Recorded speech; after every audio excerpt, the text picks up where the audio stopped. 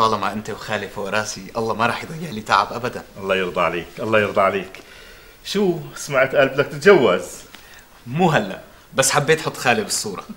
بس خالتك متحمسة كتير. الله يخلي لنا اياها. شوف يا ابني، أنا من واجبي إني نبهك. الزواج مسؤولية، مسؤولية كبيرة.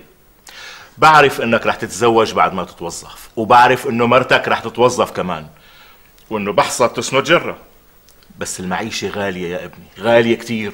ويلك إجرة البيت، ويلك فرش البيت، ويلك مصروفك ومصروف مرتك.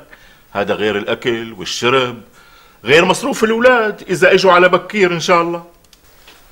بابا أنا هذا كله حاسب حسابه، وعرفان إنه بدنا نتعتر بأول زواجنا، وعرفان إنه بدي أتزوج بالدين، بس الخطوة الأولى كتير ضرورية بابا. الحياة صعبة وغالية إيه، بس إذا أنا ما تزوجت وغيري ما تزوج الحياة ما رح تمشي.